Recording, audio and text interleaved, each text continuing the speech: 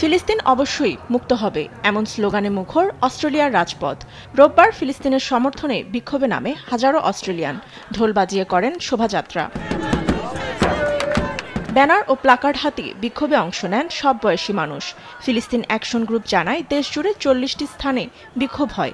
এর মধ্যে উল্লেখযোগ্য সিডনি, ব্রিসবন ও মেলবোর্নের আন্দোলন। শুধু ব্রিসবনেই অংশ নেয় 50,000 বিক্ষোভকারী। তবে পুলিশের দাবি এর সংখ্যা 10,000-এর বেশি নয়।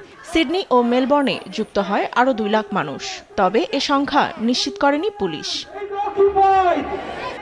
ইসরায়েলের সঙ্গে অস্ত্র ব্যবসা বন্ধ ও গাজায় গণহত্যা বন্ধের দাবিতে 250টি সংগঠন একত্রিত হয়ে বিক্ষোভের আয়োজন করে। সাধারণ মানুষের সঙ্গে আসেন রাজনৈতিক নেতারাও। ইসরায়েলে আগ্রাসন নিয়ে ক্ষোভ জানান অস্ট্রেলিয়ান গ্রিন পার্টির নেতা লারি ওয়াটার্স।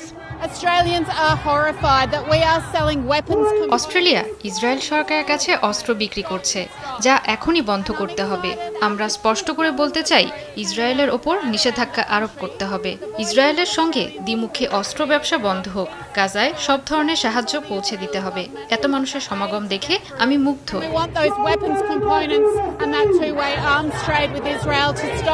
এর আগে ফিলিস্তিনকে রাষ্ট্র হিসেবে স্বীকৃতি দেওয়ার ঘোষণার পর ইসরায়েল ও অস্ট্রেলিয়ার মধ্যে শুরু হয় সম্পর্কের টানাপোড়েন। সম্প্রতি ইসরায়েলি প্রধানমন্ত্রী বেনিয়ামিন নেতানিয়াহু অস্ট্রেলিয়ার প্রধানমন্ত্রীকে বিশ্বাসঘাতক বলে অভিহিত করেন। এরপরই জোরদার হয় বিক্ষোভ। ফাতেমা তাসনিম, নিউজ ডেস্ক, দেশ টিভি।